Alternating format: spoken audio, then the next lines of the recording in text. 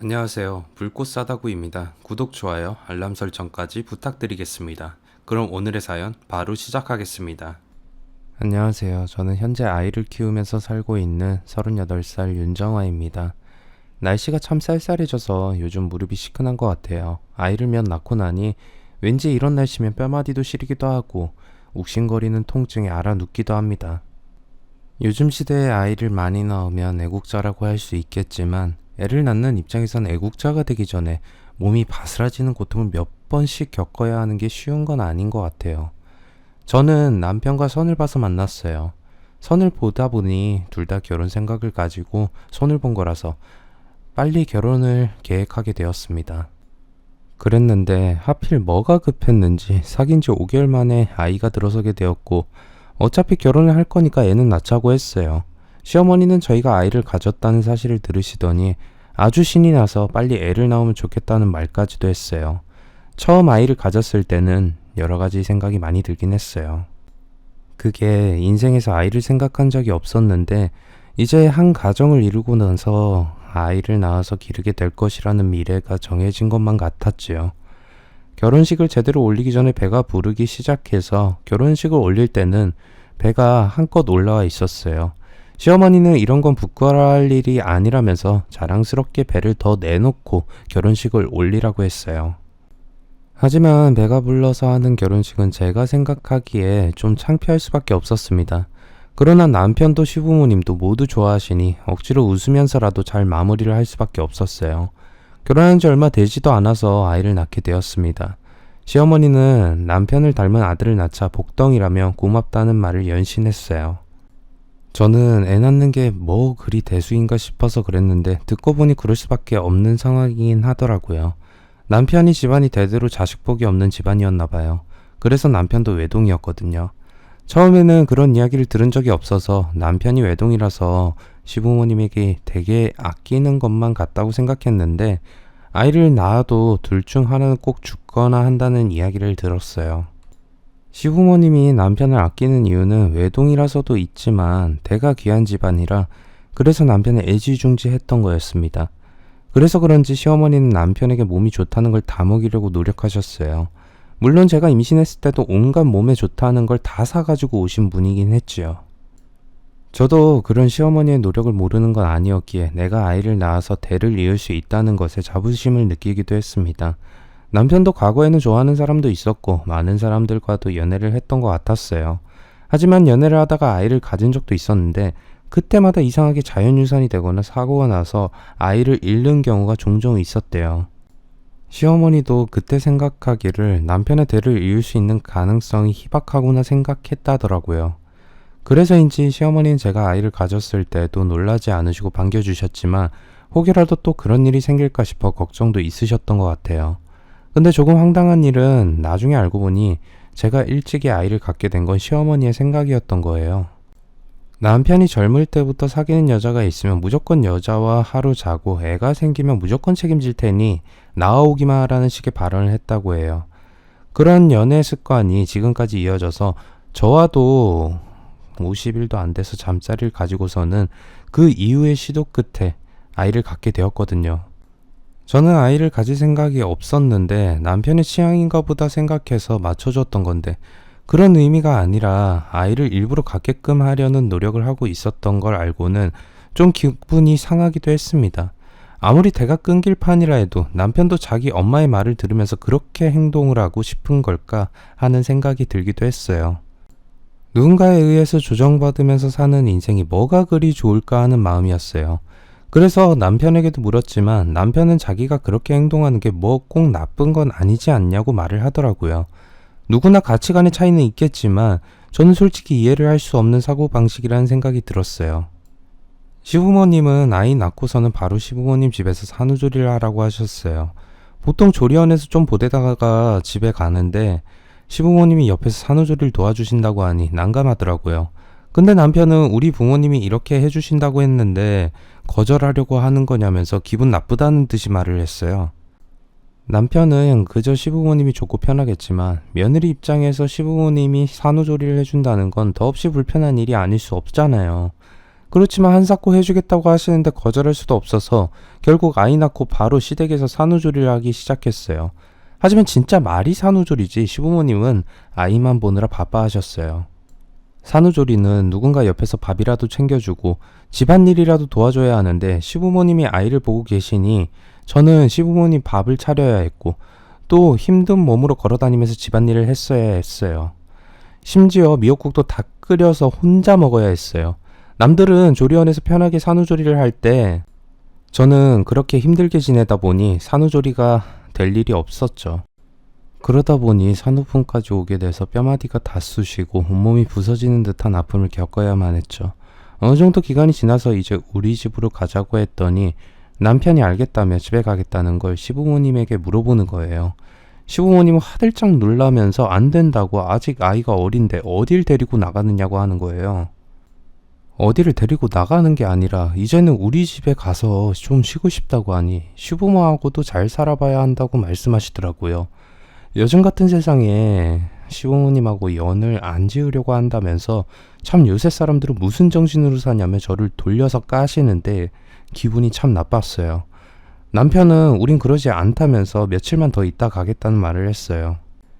그렇게 지나다 보니 2달 가까이 시댁에 있었습니다. 사실 저는 밤에 많이 울었어요. 보통 산후조리를 시댁이 아닌 친정에서 하잖아요. 아이를 낳는 것도 힘들었는데 친정에서 지내면서 따뜻하게 엄마가 해주시는 음식 먹으면서 그렇게 보내지 못할 망정 시댁에서 그러고 지내니 매일매일이 말 못할 고통으로 힘들었던 거죠. 매일 남편이 잠들 때 조용히 올 때가 많았는데 남편이 그걸 눈치채더라고요. 그러고서 너무 힘들면 너라도 친정에 가 있으라고 했는데 황당했어요. 어떻게 아이를 두고 친정에 가서 지내냐고 했더니 시부모님이 아이를 너무 좋아하니까 당분간 맡겨두고 가서 지내라고 하는 거였어요. 남편은 저를 위해서 한 말이 아니라 결국 시부모님을 위해서 말을 하는 거였죠. 저는 절대 그럴 수 없다고 화가 나서 말을 했어요. 당신도 당신이 원해서 시댁에서 지냈듯이 나도 그 기간만큼 친정에서 지낼 거야. 우리 부모님도 우리 아이를 보고 싶은 건 당연한 건데 태어나고 한 번도 못 보여드렸잖아. 남편은 제가 화가 났다는 거 알고는 그제서야 미안함을 표현했어요. 그냥 애보기 힘들어서 그런 줄 알았지. 내가 미처 장모님 댁에 아이 보여드릴 생각은 못했네. 미안해. 남편은 생각해보니 제 말이 맞다면서 친정에 가서도 좀 지내다 오는 걸 허락하더라고요. 그때 남편 꼴도 보기 싫어서 저와 아이만 친정에 가기로 했습니다. 물론 시댁에서는 반대가 많았어요. 어린아이를 데리고 어딜 가냐면서 100일까지는 그냥 여기서 지내라는 겁니다. 시댁에서 지내는 건 안 위험하고 저희 친정에 데리고 가는 거 위험한 건가 하는 반감부터 생기기 시작했어요. 저는 아이는 제가 엄마이네 알아서 할 거라고 하고서 데리고 갔습니다. 친정에 가서 며칠을 보내면서 친정 식구들에게도 아이를 보여주니 너무 좋아하셨어요. 저는 시댁에서 지내는 게 너무 편치 않아서 몸살도 자주 났었는데 친정에 와서는 마음도 편하고 몸도 편하니 살만하더라고요. 마음이 편해지니 뭐래도 기분이 좋았습니다. 남편을 보지 않아도 이렇게 편할 수가 싶었어요. 남편은 일주일마다 한 번씩 와서는 제 기분을 풀어주려고 했어요. 그런 남편의 정성을 생각해서 마음을 풀기로 했습니다.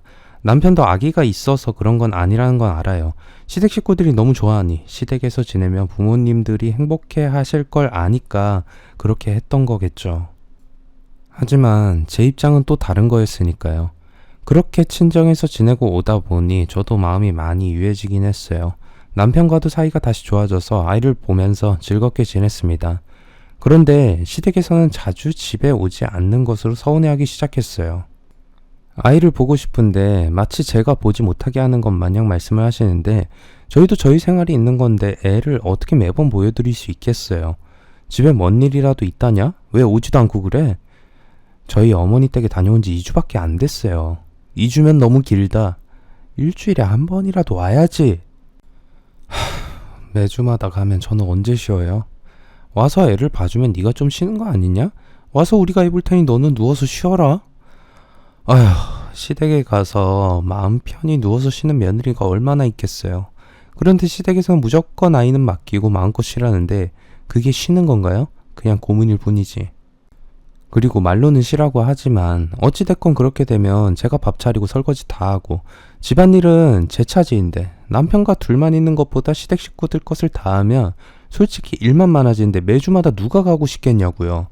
하지만 남편은 시부모님이 아이를 너무 원해서 그랬다면서 우리가 당분간 이해하자고 했어요.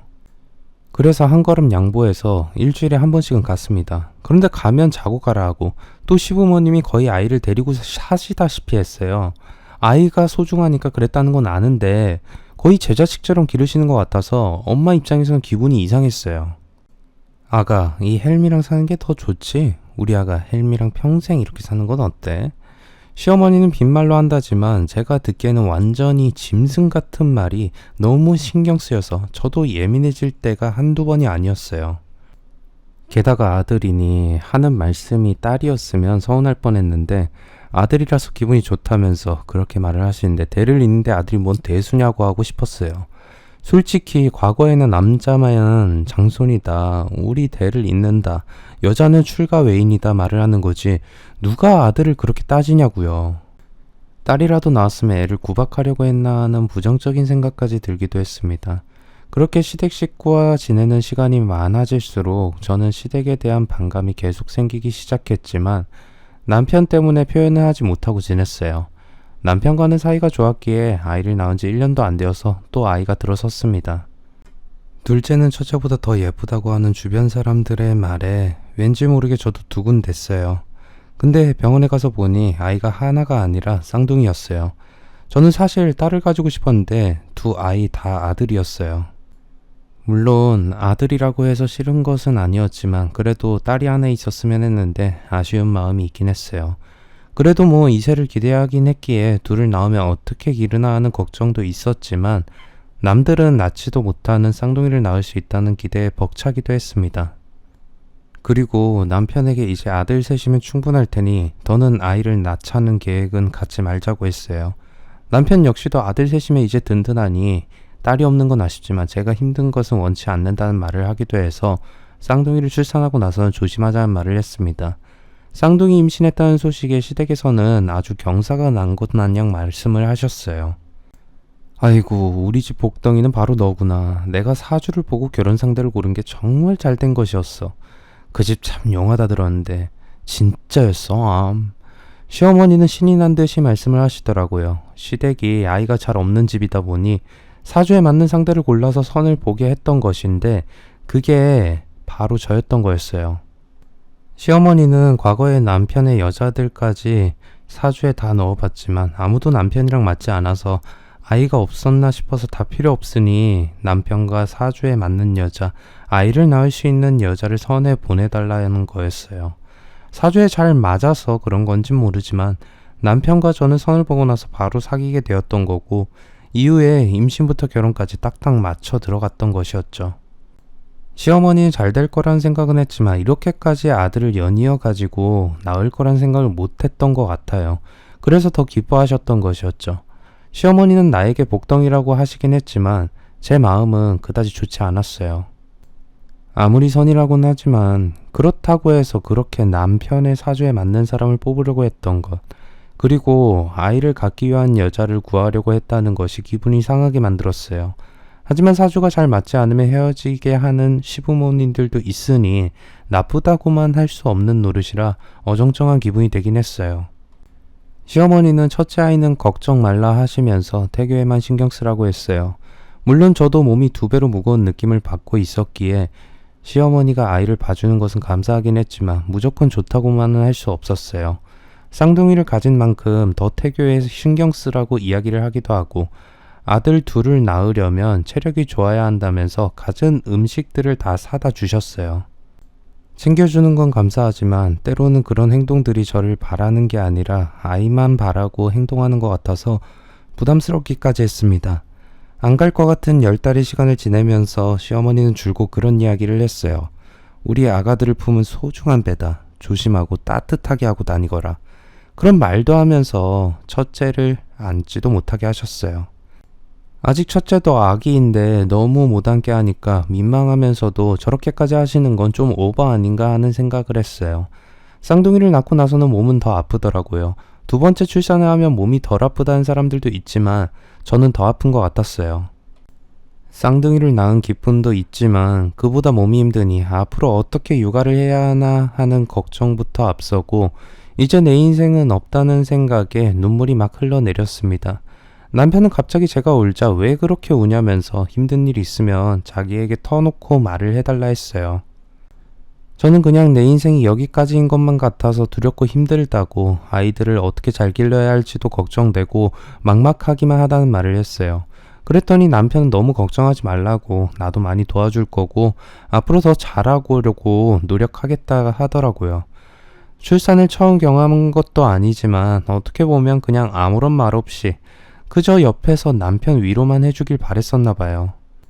남편의 그 말을 들으니 왠지 모르게 마음이 많이 안심되는 느낌이었어요. 그런데 아이를 낳고 또 시댁에 와서 산후조리를 하라는데 저는 그 말이 너무 기분이 나빴어요. 아이를 둘이나 낳고 힘들어 죽겠는 사람에게 첫째 때처럼 또 시댁에서 고생이란 고생을 다 시키려고 하나 하는 마음이 들어서요.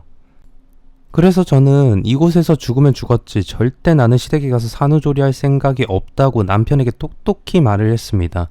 남편은 제가 시댁에 가서 산후조리를 하면 시어머니가 아이들을 잘 봐주시니 좋아할 거라고 생각했나 본데, 제가 기분 안 좋은 걸 알아채고는 알겠다고 말을 하고 자기가 정리를 하겠다고 했어요. 전화통화에서 제가 화난 그대로를 말을 했다면 아마도 시댁하고는 인연을 끊어야 했을지도 몰라요.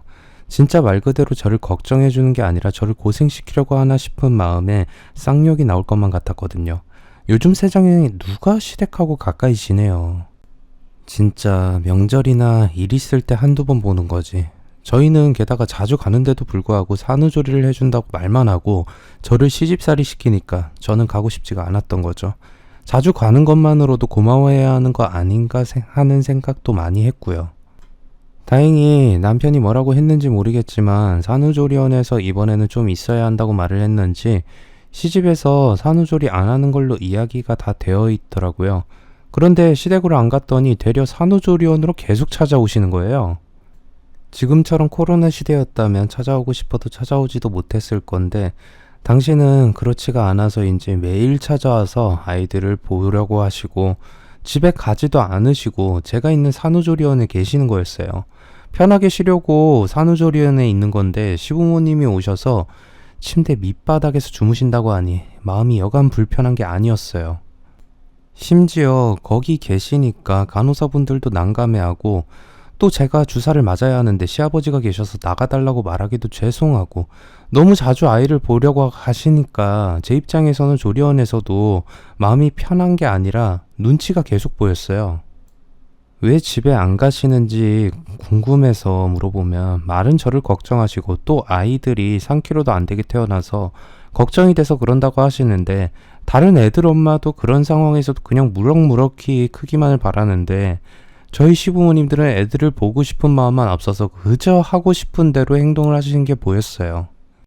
조리원에서 큰 소리 내고 싶지 않아서 남편에게 이제 그만 시부모님 집으로 가시라고 이야기를 했는데 남편이 그렇게 이야기를 하니 우리는 불편하지 않다면서 제가 산후조리원에 있는 동안은 계속 이렇게 지내고 싶다는 거였어요. 저는 어이가 좀 없었어요. 산후조리원에서 있으면 좀 남편이랑 편하게 이야기도 해야 하는데 애 낳고 고생했단 말 한마디 못 들으면서 시부모님 눈치나 보고 있어야 했으니까요. 제가 좀 화가 많이 났지만 그래도 그 정도는 참고 넘어가자 싶었습니다. 그런데 산후조리원에서 나오자마자 시부모님 시댁으로 향하자는 거예요. 그래서 저는 못 간다고 집에 가서 해야 할 일도 많고 좀 쉬겠다고 남편도로 모셔다 드리라고 했어요. 남편 중간에서 난처해하고 있었는데 시부모님은 그럼 너희 집에 가서 애들 조금만 더 보고 있다가 가겠다고 하시는 거예요. 그래서 저는 언제까지 있다가 가실 건지 여쭸어요. 물론 참 못된 행동이라는 거 알아요. 그치만 아이 낳고 나서 힘들어 죽겠는데 시부모님까지 신경 쓰면서 집에서 힘들어하고 싶지 않았어요. 시부모님은 며칠 안 있다가 갈 거라고 하셨는데 며칠이라니. 요새는 아들 집이 다 어려워한다는데 시부모님은 제 집처럼 지내시더군요. 불편해 하시는 것보다는 편한 게 낫다지만 아무리 그래도 시부모님이 거실에서 잠을 자고 계시는데 제가 불편해서 밤에 화장실 한번 제대로 가지 못하고 화는 나는데 남편에게 말도 못하고 짜증이 잔뜩 났어요. 일주일째 되는 날이 되어서는 저는 남편에게 시부모님 안 내보내면 내가 애들 데리고 나갈 거라고 말을 하니 남편도 그제 알았다고 하더군요. 시부모님은 가기 싫은 티를 팍팍 내시면서도 남편이 억지로 데려다 주겠다고 하니 알겠다고 하시고 가셨어요. 진짜 시부모님 없는 내 집이 천국이 따로 없었어요. 시부모님하고 밥 한 끼를 같이 먹는 것도 구역질이 올라올 정도로 스트레스를 받고 있었거든요. 그 바람에 살은 쑥 빠졌으니 좋다고 해야 할까요?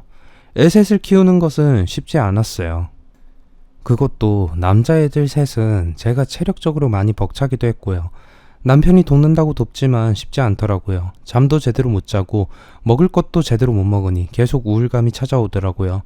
그래서 이제 딱 셋째까지 끝이구나. 난 새아이의 엄마로 열심히 살아야겠다는 생각으로 버텼던 것 같아요. 남편은 힘들면 시댁에 좀 부탁해보자는 말을 밥 먹듯이 했어요. 물론 도와주면 좋지만 그게 도와주는 행동이 아니라 애를 자꾸 제 자식처럼 행동하시는 모습 때문에 맡기고 싶지 않았어요. 가끔 가게 되면 시부모님들이 애들이 울어도 자기 품에서 데리고 있고 싶어하는 통에 스트레스를 받기도 했거든요. 하지만 제가 결국엔 탈이 나버렸어요. 얼마나 힘들었는지 대상포진에 탈진까지 올 정도라서 병원에서는 며칠 입원하고 쉬라고 했고 하는 수 없이 애들을 시댁에 맡겼어요. 시댁에서는 애들 보는데 시댁의 친척들까지 다 불러 모았더라고요. 그래서 아이들을 보고 너무 예쁘다고 하기도 했고 친척들 중 아이를 낳지 못하는 집에서는 뭔가 부러움을 가지고 이야기를 많이 했나 봐요. 시부모님은 아마도 자랑을 하고 싶은 마음에 친척들을 다 불러 모았던 것 같아요. 게다가 아들 셋이라고 하니 얼마나 부러워했겠어요. 요즘에는 딸이 더 좋다고는 하는데 아직까지 어른들의 인식에는 아들 하나 정도는 있는 것이 좋다고는 하지만 딸보다 아들을 더 선호하고 있었어요. 그리고 대가 잘 없는 집안에서는 아이가 귀했고 또 아들이라니 더 귀할 수밖에 없었겠죠. 시댁 식구들은 그저 신이 나서 애들을 자랑하는데 바빴던 것 같았어요. 입원해서 있는데 계속 전화가 와서는 아이에 대해서 물어보는데 진짜 피곤했어요. 쉬려고 입원해 있는 건데 전화해서 시시콜콜 큰 댁에서 이런 아이를 바랬다면서 계속 물어보셔서 말을 했다는 거예요. 그런 소리도 적당히 해야지 전화해서 여기저기 솔직히 짜증이 밀려왔어요. 이렇게 하실 거면 그냥 해보지 말으셨어야 하는 거 아닌가. 아니다, 맡긴 내가 먹는 마음이 들기도 했죠. 몇 번 그러고 나니 쉬는 둥 마는 둥 했어요. 그래도 치료가 잘 돼서 그런지 빨리 쾌차를 하고 아이들을 데리고 왔습니다. 저도 엄마긴 엄마여서 그런지 아이들을 보니 기분이 너무 좋았어요. 아이들을 보는 것은 많이 힘들긴 하지만 그만큼 기쁨을 주는 것도 아이들이기에 항상 즐거운 마음으로 아이를 보고 있었어요. 아이들이 조금씩 자라는 걸 지켜보는 건 그 무엇보다 보람된 일이었어요. 가족들은 이제 아이가 셋이나 되니 정신이 없다고 하면서도 아이들마다 주는 기쁨에 행복해 하셨어요. 저도 어느 정도 새아이를 길러서 일찍 같은 어린이집으로 보내고 나니 저에게도 평화가 찾아왔어요. 아이를 키우는 게 생각보다 금방이더라고요. 저도 아이들을 보내놓고 나서 마음이 많이 편안해졌어요. 시댁에서는 계속 아이들을 자주 보았으면 하셔서 저희도 자주 데리고 시댁에 내려갔어요. 그런데 시댁에 갔는데 황당한 말을 듣고 왔어요. 너희 혹시 다음 아이 계획은 있니? 저희 그런 계획 아예 없어요. 아들 셋이면 됐죠. 아니 뭐 키우는 게 어렵다지만 자기 밥그릇은 타고난다자니 낳아놓으면 또 키우게 되어 있어. 그리고 딸 하나 있어야 하지 않겠니? 아들을 셋이나 낳았지만 시댁에서는 더 아이를 바라시는 눈치였어요. 근데 애 셋을 낳는 것도 얼마나 힘든 일인지 모르시는 건 아닐 텐데 너무하다는 생각이 들더라고요. 차라리 그러려면 입양을 하는 게 낫죠. 애를 또 낳으라고 하는 건 너무 과한 말씀 아니세요? 아니 아들들이 있으니 딸을 바라는 게 뭐 나쁜 거니? 나 참 옛날엔 6남매 7남매도 낳아 키웠다. 과거 이야기를 하면서 내내 아이를 하나 더 낳는 건 어떠냐고 계속 말을 하는 시어머니 때문에 갈 때마다 스트레스를 받았어요. 키우는 건 어떻게든 키워진다는 말을 하시면서 반강요를 하셨어요. 그럴 때마다 저는 남편과 싸우기 시작했죠. 난 어머니의 사고방식을 이해할 수가 없어. 아이 셋을 낳았는데 또 아이를 낳으라고? 이건 솔직히 어머님이 관여할 일도 아니잖아. 우리 집이 아이를 낳는 일이 많지 않으니 아이를 잘 낳는 당신을 보고서 욕심이 나신 것 같아. 나를 진짜 며느리로 생각하시고 내 건강을 생각하시면 일단 내 의견을 존중해 주셔야지. 아주 애 낳는 기계로 보시는 것 같아서 기분이 나쁘잖아. 무슨 우리 엄마 그런 사람 아니야. 괜히 그렇게 몰아가지 마. 당신도 내가 아이를 더 낳았으면 좋겠어? 우리 새 아이 키우는 거 많이 힘들잖아. 어떻게 더 낳으라는 거야? 그냥 한 귀로 듣고 한 귀로 흘려버려. 왜 그렇게 집착을 해? 이런 이야기들이 자꾸 반복되는데 싸움 없는 게 더 이상했어요. 그렇게 싸우다 보니 남편과 대화를 나누는 것도 싫고 시댁에 가는 것도 짜증나고 화가 났죠. 요즘 너희 둘 잘 지내는 거니? 어째 바람이 쌩하다. 시어머니는 당연한 결과인데도 신경을 안 쓰는 건지 일부러 제 속을 긁으려는 건지 저희 둘 사이가 안 좋은 것까지 지적을 했어요. 다 어머님 때문이잖아요. 이렇게 말하고 싶었는데 그때는 제가 말해봤자 좋을 것도 없고 뭐라 말하고 싶지도 않았어요. 아마도 잘 지내야 또 아이를 낳을 수 있다는 기회가 있을 거란 생각을 했었던 것 같아요. 시댁에서 뭐라고 말을 하려고 치면 남편이 말을 할 수 없게 했어요. 제가 거기서 싸우기라도 하면 정말 풍비박산이 날 판이었으니까요. 저도 싸우고 싶은 생각은 없었지만 시어머니가 계속 아이를 낳으라는 뉘앙스를 풍기니 정말 듣기 싫어서 말도 없이 일만 하고 올 때도 많았습니다. 하지만 시어머니는 저에게 말을 안 하더라도 간접적으로 이야기를 하더라고요. 기찬아, 너도 여동생 있었으면 좋겠지. 우리 기찬이 닮은 여동생 있으면 얼마나 예쁠까, 그치? 저에게 말을 안 하는 거지만 결국 저 들으라고 애한테까지 그런 말을 하시는데 점점 짜증이 나더라고요. 어머니 그만 좀 하세요. 애 셋이면 되잖아요. 애들한테까지 그런 말을 하시는 거예요? 제가 버럭하자 시어머니는 자기가 언제 무슨 말을 했냐며 그렇게 시어머니한테 대드냐면서 말을 하시더라고요. 도대체 그렇게까지 아이를 원하시는 이유가 뭐예요? 아니 그러려고 그런 게 아니야. 다 누이 좋고 매부 좋자고 하자는 거잖니. 누이 좋고 매부 좋고요? 아니 그게 아니라 너네 애 키우기도 힘들다고 하기도 했고 저쪽 작은 아버지 댁에 아이가 없잖니. 저번에 애들 보고는 눈에 자꾸 밟힌다고 그래. 그래서 아이만 하나 어떻게 낳아주면 자기네가 아이를 키울 수 있게 1억을 대주겠다고 하지 않겠니? 큰집 유성이네도 그렇고 말이다. 진짜 제정신이세요? 그 연세에 치매 오셨어요? 저는 난생 처음 들어보는 미친 소리 소름 끼쳤어요. 시어머니는 우리에게 아이를 낳으라고 한 것이 아니라 아이를 낳아서 입양을 시키면서 애를 낳으면 팔려고 했던 거였죠. 너네 애들 키우느라고 너무 힘들다고 하기도 했고 내가 그 1억을 꿀꺽하려고 했던 게 아니라 다 너네 잘 되라고 주려고 했었다. 그리고 다른 데서 입양하는 것보다 우리 핏줄로 대를 잇게 해줄 수 있으면 얼마나 좋으냐. 시어머니는 뻔뻔하게 얼굴을 들고 저에게 이야기를 하시더라고요. 정말 그게 저희를 위한 길이라고 생각을 하신 건지 이해를 할 수가 없었어요. 정말 첫 아이를 낳을 때 얼마나 귀하다고 생각을 하고 아낄 때는 언제고 우리 집 대를 이을 아이들은 충분히 있으니 그쪽에도 낳아주면 서로에게 좋은 거 아니냐고 말을 하는데 이건 이 세상 사람이라면 이해할 수 없는 말 같았어요. 그래요. 해에서나 과거 아주 먼 옛날에는 대리모가 종종 있었다고는 하지만 그게 지금은 용납되는 일이 아니잖아요. 애 잘 낳아서 네가 좀 애 좀 낳아주면 뭐가 어때서. 그리고 그 씨 어차피 내 아들 씨 아니냐? 네가 내 아들 씨 없으면 아이를 잘 낳기나 하니?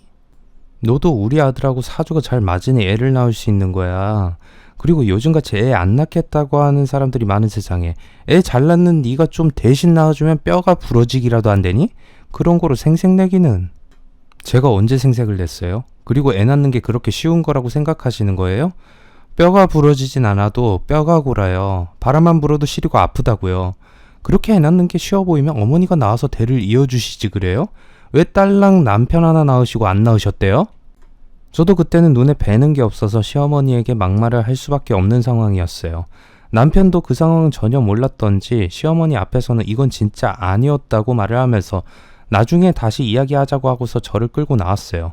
저는 계속 화를 기름김듯이 끌어대서 시킬 수가 없었죠. 시어머니뿐만 아니라 시아버지도 이야기가 다 되셨던 건지 그 이야기를 듣고는 모른 척 TV를 보고 계셨어요. 저는 가는 차 안에서 내내 화가 나서 있다가 집에 도착해서 남편에게 울분을 터뜨렸어요. 나야 어머니야. 지금 결정해. 아니 화난다고 지금 말을 그렇게 하면 어떡해. 그럼 뭐라고 해? 우리 애를 낳아서 팔자는 소리까지 하는 사람들을 내가 어머니로 모시라고? 그래서 내 어머니랑 연을 끊자고? 자기는 아무렇지도 않아? 우리가 언제 애 낳아서 다른 집에 대를 이어주고 싶다고 했어? 어쩐지 계속 애 낳으라고 할 때부터 꿍꿍이가 있을 것 같았는데 그게 이런 식이었어. 난 용납 안 돼. 세상 사람들이 다 알아봐. 누굴 욕하겠냐고. 엄마가 잘못한 건 맞아. 그래 나도 이해할 수 없는 말이었어. 그렇다고 그렇게 내 앞에서 말하면 난 어떻게 해야 해? 자기가 결정을 내려야지. 나랑 살지, 어머니랑 살지. 야, 윤정아, 이혼이 그렇게 쉽니? 우리 애들도 있는데. 안 쉬워. 나도 여태 어머니의 행동을 생각해보고 하는 말이야. 저도 이혼이 마냥 좋은 거 아니라고 알고 있었어요. 그리고 아이 셋인데 이혼해서 제가 잘 살 수 있을 거란 보장도 없었으니까요. 그런데 아무리 생각해도 시어머니 행동은 일반적으로 납득할 수 없었던 것이었고, 앞으로도 시어머니의 얼굴을 보고 살고 싶지가 않았어요. 남편에게 정 나랑 살고 싶으면 시어머니더러 와서 나에게 무릎 꿇고 사과하시라고 말을 했어요. 아무리 그래도 그렇지 어떻게 어른이 너한테 사과를 해. 그렇게 말 못해. 자기는 내가 중요한 게 아니라 어머니가 중요하구나. 알았어. 그럼 나도 더는 말을 안 할게. 어머니한테 당신 때문에 자기 아들 이혼한다고 확실하게 이야기를 해. 저는 애들 짐까지 모조리 싸고 친정아빠를 불러서 애들 데리고 친정집으로 향했어요. 영문도 모르는 아빠는 차 안에서 내내 저에게 무슨 일이냐고 물었지만 저는 너무 생각이 복잡해서 울기만 했어요. 집에 도착하고 엄마의 얼굴을 보고 나니 마음이 더 속상하고 힘들어서 말을 했어요. 엄마, 나 진짜 속상해. 내가 애 셋 데리고 잘 살 수 있을까? 아빠도 분위기가 이상하다는 눈치는 챘지만 제가 이혼을 들먹거리니 무슨 일이냐고 똑바로 말을 해보라고 다그치셨어요. 저는 그간의 상황을 다 말했고 아빠와 엄마는 당장이라도 시댁에 찾아가서 들어 엎을 거라며 화를 내셨지만 저는 그럴 가치도 없으니 그냥 조용히 이혼하고 싶다고 말을 했어요. 남편에게 이야기를 듣기는 했는지 시어머니는 저에게 전화를 하셨지만 저는 그 전화가 받기 싫어서 꺼두었어요. 사과를 할 건지 말 건지도 모르겠지만 그 이야기를 듣는다고 해서 제 마음이 확 가라앉을 것 같진 않았거든요. 억센말이 더 나오기 전에 아예 차단을 한 거였어요. 그런데 늦게 남편과 시어머니, 시아버지가 저희 친정으로 찾아왔어요. 그리고서는 시어머니는 미안한 듯이 말을 하셨어요. 내가 너를 애 낳는 기계로 생각하고 그런 거 절대 아니다. 내가 말을 했다만 우리 집안이 대가기 위해서 입양보다는 우리 집 핏줄로 이어주고 싶었어. 나도 처음에는 많이 반대했다. 그런데 다들 우리 손자 보고 너무 부러워하면서 한마디씩 장난스럽게 하던 게 진심으로 변해버렸지 뭐니. 아들도 너무 잘났고 쌍둥이까지 낳았다고 하니 한 번에 둘을 낳아서 양쪽 집에 한 명씩 데려가면 얼마나 좋겠냐고 그렇게 말을 하는데 나도 우스갯소리는 적당히 하라고 했다. 하지만 어머니가 결국 저에게 하신 말은 그렇게 애를 낳아서 각 집에 보내자는 거였잖아요. 아닌가요?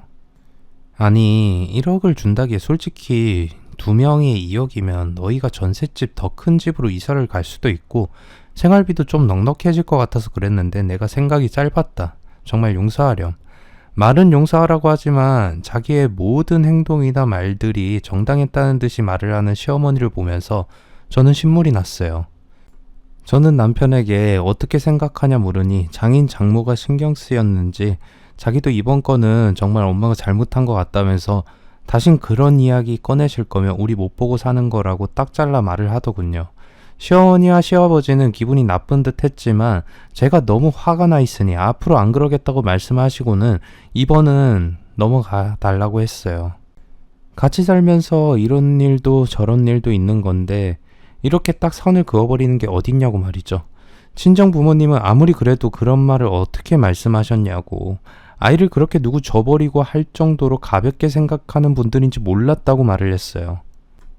시부모님은 우리도 실수한 거라고 친척들이 그렇게 이야기를 했을 때 우리도 그냥 애를 팔려고 그런 생각을 한 게 아니라 얘네가 너무 힘들어하고 친척들이 좀 잘 사니까 거기에 도움을 좀 받아서 잘 살게 해주고 싶었다는 말을 했어요. 어떻게 보면 우리를 생각해서 그런 거라고 하니 친정 부모님은 아무리 봐도 그렇게 하는 건 아니라는 생각에 기분이 나빴는데 여차하면 이혼해서 아이를 혼자 키울 저를 생각하니 막막해 하시는 것 같았어요. 그래도 저는 마음이 풀리지 않았어요. 시부모님이 말은 그렇게 해도 전혀 자신들의 잘못을 인정하지 않는 것 같아서요. 시부모님의 사과를 통해서 저와 남편은 다시 집으로 돌아갔습니다. 친정 부모님은 저에게 혹시라도 비슷한 일이 생기면 우리가 다 책임질 테니 걱정하지 말고 다시 돌아오라고 했어요. 남편은 제 기분이 확연히 좋아서 온 게 아니라는 걸 알기에 약간 제 눈치를 보았어요. 남편도 자기 부모님 편을 들긴 했지만 사실 자기가 생각해도 납득하기 어려운 내용들이었겠죠. 저도 거기에서 끝났다면 그냥 참고 살았을지도 몰라요. 사실 시댁에 잘 가고 싶지 않았어요. 갈 일이 있어도 많이 피하다가 하도 시댁에서 아이들을 보고 싶다고 계속 연락이 와서 시댁에 내려갔어요. 아이들을 이뻐하신 시부모님을 보면서도 제 마음은 너무 곱지 않더라고요. 예뻐하는 것이 모두 무언가 꿍꿍이가 있을 것 같아서예요. 아이 하나면 된다고 생각해서 나머지 두 애들을 어떻게 할 생각은 아니겠지 하는 생각까지 하게 될 정도로 저도 한껏 예민해졌어요. 하필 그런 날에 시댁에 친척분들이 오셨던 거예요. 그런 일도 있고 난 후 시댁의 친척들은 아예 보고 싶지 않았는데 마주치는 것 자체가 껄끄러웠어요. 저도 제 마음을 잘 숨기지 못하는 편이라서 그분들에게 표정을 숨기기가 쉽지 않더라고요. 친척분들은 저를 그다지 신경을 쓰지 않는 모습이었어요. 그러면서 우리 집은 애가 없어서 웃음소리가 들리지 않는데 이 집은 아들이 셋이나 되니 너무 든든하겠다고 하면서 저에게 비결을 물으시더라고요. 딱히 비결 따윈 없다고 이야기를 했는데도 불구하고 눈치 없이 장난하듯 말을 하는 거예요. 혼자만 비결을 알고 있지 말고 좀 같이 알자고. 애 가지는 게 삼신할매 덕이라고 하지만 그래도 저마다 방법이 있던데 안 그래? 친척끼리 그렇게 얌체처럼 굴면 안 되지. 제가 뭐 임신 방법을 숨긴 것도 아니고 의도적으로 임신을 하려고 한 것도 아니었기에 방법을 따로 없었는데 마치 자기들끼리만 방법을 알고 제가 숨기는 것처럼 이야기를 하니 띠껍더라고요. 제가 뭘 숨겨요? 말 참 웃기게 하시네요. 농담하시는 건 아닐 텐데. 얘 좀 봐. 어떻게 어른에게... 아니, 임신 비결을 알려달라고 하시는 것부터가 어떻게 보면 무례하신 행동이잖아요. 왜요? 속궁합이 어떠냐고까지 물어보시죠. 그리고 자제분들한테도 너희 속궁합은 어떠냐고 물어보시던가요. 어른들에게 할 말은 아니라고 생각하지만 제 입장에서는 도를 넘어서 진짜 뭐 저런 인간들이 다 있나 싶을 정도로 생각이 들었거든요.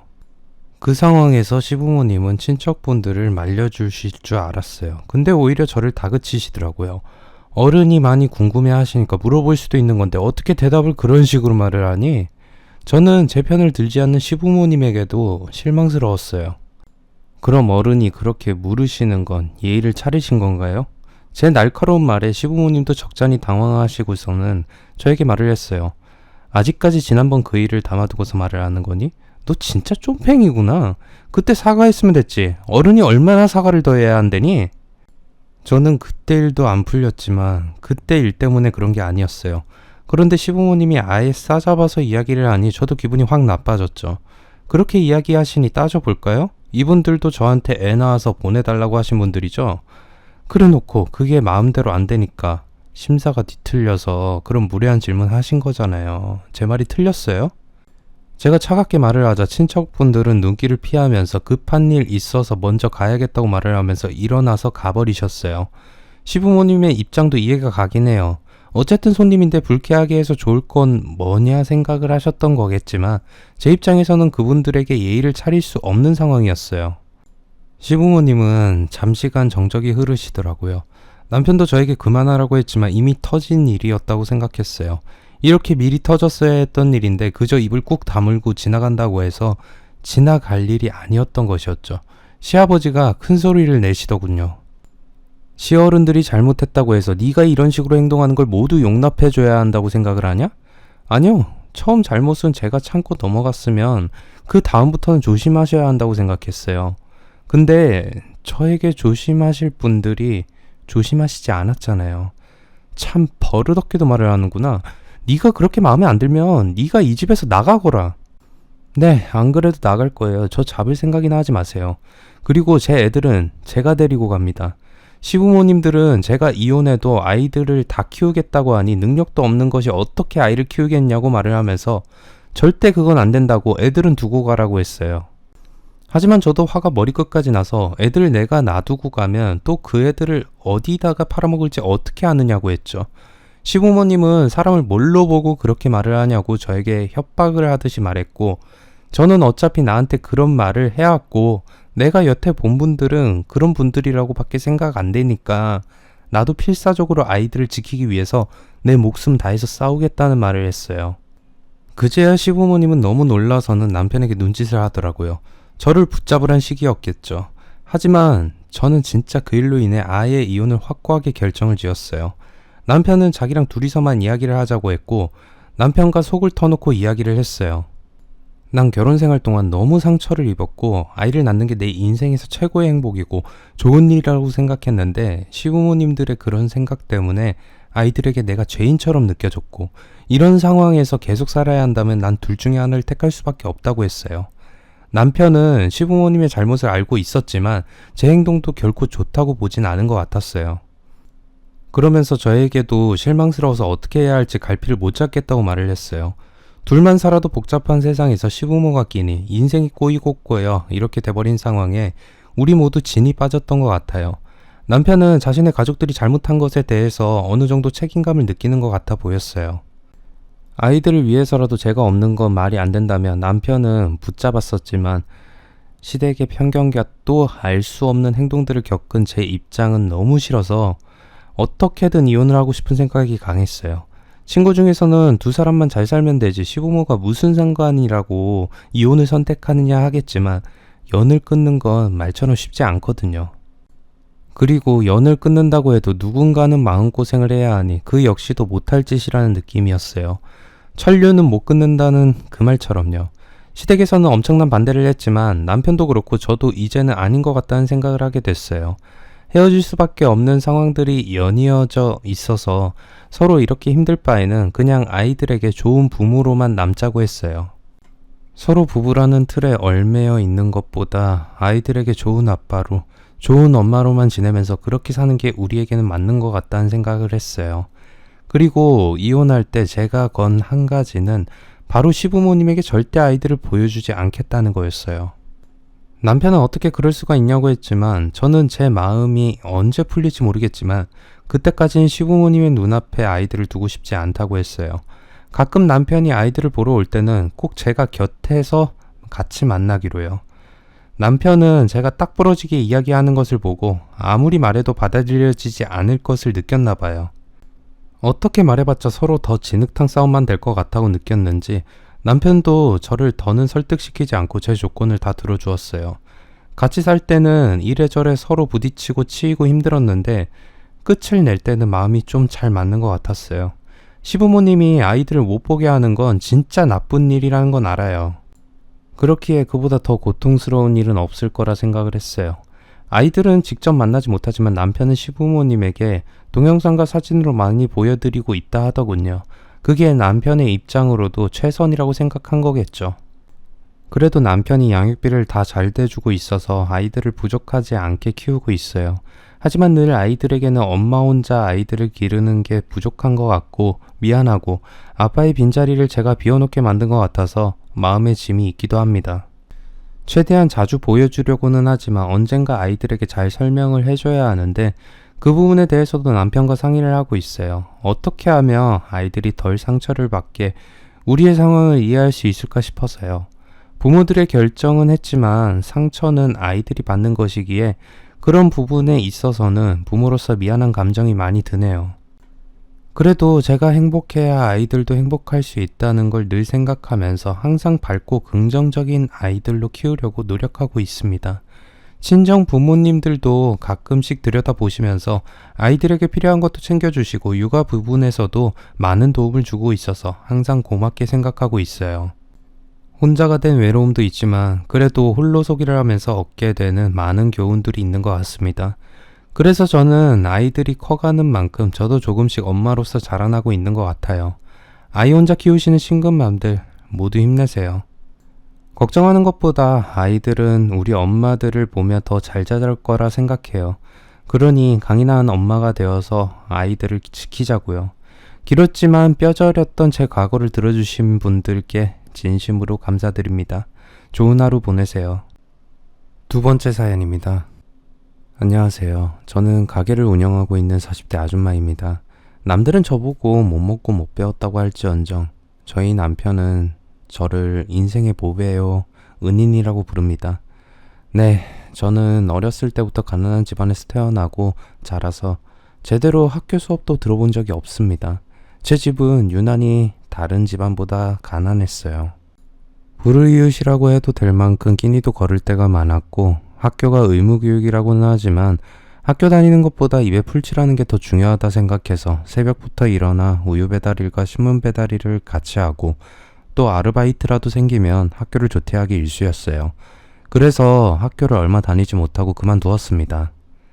집에서는 어린 나이부터 가족들을 위해서 희생하는 걸 보며 안쓰러워만 하셨어요.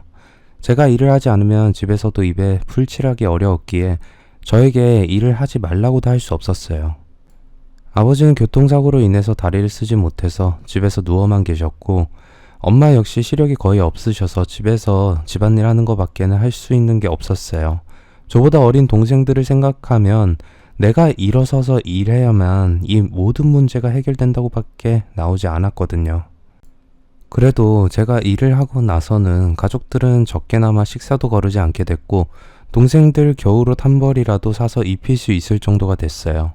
나라에서 보조금이 나온다고 해도 공과금을 다 내고 나면 거의 남는 게 없었거든요. 하지만 저도 공부 욕심은 있어서 학교를 중퇴하고서 계속 공부는 하고 있었어요. 그래서 검정고시도 보고 대학에 대한 꿈도 꾸곤 했습니다. 어릴 때부터 일을 하다 보니 쓰리잡도 하면서 돈을 모을 수가 있었어요. 당시 저는 대학도 가고 저도 제 이름으로 된 가게를 하나 내고 또 편안한 가정에서 내 가족의 행복만 신경 쓰면서 살고 싶다는 꿈을 늘 꾸고 있었어요. 돈을 모으고 나니 제 여유 시간도 있고 해서 좁은 집에서 공부를 하기보다는 작은 카페를 찾아서 혼자서 이어폰을 끼고서 공부를 하곤 했습니다. 네, 카페 사장님들에게는 지금도 감사하고 죄송한 마음이네요. 카페에서 죽치고 앉아서 공부하는 게 참 나쁜 거지만 그래도 하루에 2잔 정도는 커피를 사 마시면서 공부를 할 수밖에 없었어요. 덕분에 지금은 학사학위도 받았고요. 카페에서 공부를 하면서 지나가는 사람들을 가끔 바라보곤 했어요. 저 사람들은 나보다 좋은 집에 태어나서 돈 걱정 없이 집 걱정 없이 공부를 했겠지 하는 생각을 하면서요. 그러다 자주 지나가던 한 사람을 봤어요. 나와는 다른 세계에 살 것 같은 사람, 솔직히 얼굴이 상당히 푸근하게 생겨서 호감이 갔어요. 저도 그 카페에서 공부를 하곤 했는데 가끔씩 그 카페 앞을 지나가는 걸 보면 그 근방 어디에 사나 싶기도 했어요. 그러다가 한 달이 지나선가 제가 서빙하는 가게에 그가 손님으로 왔어요. 그 사람하고 얼굴도 튼 적 없는데 자주 보던 얼굴이 나타나니 왠지 반갑기도 하고 설레기도 했습니다. 그런데 제가 실수해서 다른 손님과 시비가 붙었고 손님이 엄청나게 크게 화를 내자 저는 놀라서 아무 말을 할 수가 없었어요. 어린 나이에 그런 일을 겪으니 당연히 대처 못할 수밖에요. 그래서 눈물만 떨구면서 죄송하다 하고 있는데 그 사람이 제 앞을 가로막으면서 말을 해줬어요. 손님, 이 직원도 미안해하고 사과 많이 하는데 아량 베푸셔서 이만 넘어가시지요. 세탁비라면 제가 물어드릴게요. 나도 그런 사람 아닌데 이따 중요한 약속이 있어서 화가 났었어요. 세탁비는 됐고요. 중간에서 정중히 막아주니 그 손님도 화가 누그러들어서는 금방 그만두더라고요. 솔직히 너무 무서웠는데 그 상황에서 저에게 도움을 준 그 사람에게 감동이 되기도 했습니다. 저는 그분에게 감사하다 했고 그 사람은 괜찮다며 놀랬을 것 같다고 오히려 위로까지 해주었습니다. 세상에는 이렇게도 좋은 사람이 있구나 싶어서 솔직히 마음이 요동을 쳤어요. 그 후에 또 카페에 앉아있는데 그 사람이 지나가다가 카페에 앉아있는 저를 보고 들어와서 인사를 하더군요. 그때 그 직원 맞죠? 툭툭 눈물 떨구던. 네, 맞아요. 그때 정말 죄송하고 감사했어요. 괜찮으시면 커피라도 한 잔 사드리고 싶어요. 흔쾌히 그 사람은 좋다고 해서 이야기를 하게 되었어요. 저는 가끔 여기서 지나가셨던 걸 봤다고 했고 집이 근처라는 게 맞다며 이야기를 했죠. 나이 차이는 좀 있었지만 대화는 친구보다 잘 통했어요. 사실 저는 학교도 제대로 못 나와서 친구가 없었기 때문에 누군가와 대화를 하는 게 그렇게 재밌는 걸 몰랐어요. 그 사람과 대화를 하고 집에 돌아와서는 왜 그리도 마음이 싱숭생숭한지 밤에 잠도 오지 않을 정도였습니다. 계속 그 카페에 가면서도 그 사람 생각 때문에 공부에 집중이 되지 않았어요. 하지만 그 사람도 그랬었는지 우연히 지나가다 제가 있는 카페에 와서는 저에게 아는 척을 하며 저와 가끔 시간을 보내곤 했어요. 그렇게 연인 사이가 된 우리는 꽤 오래 연애를 하기 시작했어요. 남들은 헤어지고도 남았을 시간이었겠지만 저희는 오랜 연애를 하게 됐죠. 남편은 집이 잘 살았음에도 못 사는 저희 집에 대해서 편견을 가지지 않고 대해주었어요. 집에 뭔가 선물이 들어오면 가져다 주기도 했고 또 힘든 일이나 남자 손길이 필요할 때마다 다 도와주기도 했었어요. 8년이라는 시간은 훌쩍 흘렀고 제 사정을 다 아는 남편은 결혼해서 저의 힘이 되어주고 싶다고 했어요. 제 사정에 결혼이란 걸 하며 혹여 남편에게 피해를 주지 않을까 싶어서 걱정을 하기도 했지만 그런 일은 걱정하지 말라며 남편은 자신만 믿으라는 말로 안심시켜 주었어요. 하지만 시어머니는 달랐어요. 너 미친 거 아니야? 어떻게 저런 집안하고 결혼하겠다 하는 거야? 아무리 못 산다고 해도 그렇지. 완전 거지 집구석이잖아. 무슨 그런 말씀을 하세요. 그리고 이 사람 정말 성실하게 살아왔다고요. 이 결혼 허락해 주세요. 내가 이 결혼 허락하겠다고 생각한 거니? 절대 안 되지. 내 눈에 흙이 들어가기 전엔 안 돼. 허락해 주세요. 어차피 어머니가 결혼하시는 거 아니잖아요. 그래? 그럼 알아서 해봐. 허락 따윈 절대 받을 생각하지 말고. 어떻게 해야 허락을 해주시겠어요? 하란 대로 다 할 테니 결혼은 허락해 주세요. 겪어보시면 아시겠지만 이 사람 좋은 사람이에요. 그럼 결혼해도 집에서 같이 살아. 그리고 네 직장은 그만두고 내가 아는 지인 회사에서 일해. 그게 내 조건이다. 직장은 제가 꼭 다니고 싶었던 회사예요. 어떻게 그걸 그만두라고 하세요? 싫어? 싫으면 결혼도 하지 말어. 남편과 시어머니의 실갱이는 한참이 되도록 끝이 나지 않았어요. 결국 남편은 자신의 직장을 정리하고 시부모님과 함께 사는 것으로 정리를 했어요. 저희 부모님은 자기들 때문에 결혼이 막힐까봐 결혼식도 오지 않겠다고 하셨어요. 남편과 제가 설득을 했지만 결국 결혼식장에는 오지 않으셨습니다. 저는 제 결혼에 부모님이 오시지 않을 거라고 생각해 본 적도 없었는데 남편의 손을 잡고 입장하는 내내 눈물이 흘렀어요. 결혼식장도 시어머니가 하자는 대로 해야 했기에 큰 호텔에서 진행됐고 시어머니의 지인들이 잔뜩 와서는 어느 집 집안의 자제냐고 물어보시는데 시어머니는 그게 뭐 중요하냐면서 저를 소개하지도 않으셨습니다. 그냥 제가 마음에 들지 않아서 그렇구나 하는 생각이 들었지만 이 결혼 정말 순탄하지 않겠구나 하는 생각은 했어요. 시어머니의 집은 크긴 정말 컸어요. 총 3층의 구조로 되어 있었는데 중간 복층까지 있을 정도였어요. 하지만 1층이었던 것보다는 나을 것 같긴 했어요. 같은 층에 있어봤자 눈치가 보이잖아요. 결혼하고서 시어머니는 대놓고 저를 싫어하더라고요. 밥은 절대 질게 짓지 마라. 그리고 너무 된 것도 안 된다. 밥부터 짓는데 옆에서 일부러 뭐라 잔소리를 말씀을 하시는 거예요. 내내 그러면서 죄송하다 했는데 시어머니는 내내 하는 것도 마음에 들지 않는다며 말을 했어요. 대답만 잘하고 제대로 하는 건 하나도 없다면서 말이죠. 그러면서 제 학벌에 대해서 이야기를 하셨어요. 아무리 그래도 대학은 나왔어야 하는데 우리 집안에 검정고시가 웬 말이냐. 진짜 무식해도 저렇게 무식한 애를 데리고 오다니. 얘는 진짜 생각이 있는 건지 없는 건지 몰라. 시어머니는 저에게 계속 시비 걸듯이 이야기를 하셨어요. 저는 제가 마치 죄인이 된 것 마냥 시어머니가 무슨 말을 하셔도 대꾸조차 할 수 없었습니다. 밥 먹는 시간도 곤욕이었던 것이 식사 자리에 있어도 저를 째려보시는 시선이 느껴졌어요. 시아버지는 크게 신경을 쓰지 않는 듯 하셨지만 저에게 그닥 호의적이진 않으신 게 느껴졌어요. 저는 결혼하고도 제가 하던 일을 계속 할까 했는데 남편이 계속 남의 밑에서 일하는 것보다 모았던 돈으로 가게를 하는 게 어떻냐 했어요. 남편의 도움으로 가게를 하려고 했더니 우리 집안에서 장사가 무슨 말이냐 말들이 많긴 했어요. 남편을 앞세워 자기가 하고 싶은 대로 한다면서 시어머니는 저를 더 안 이롭게 보셨습니다.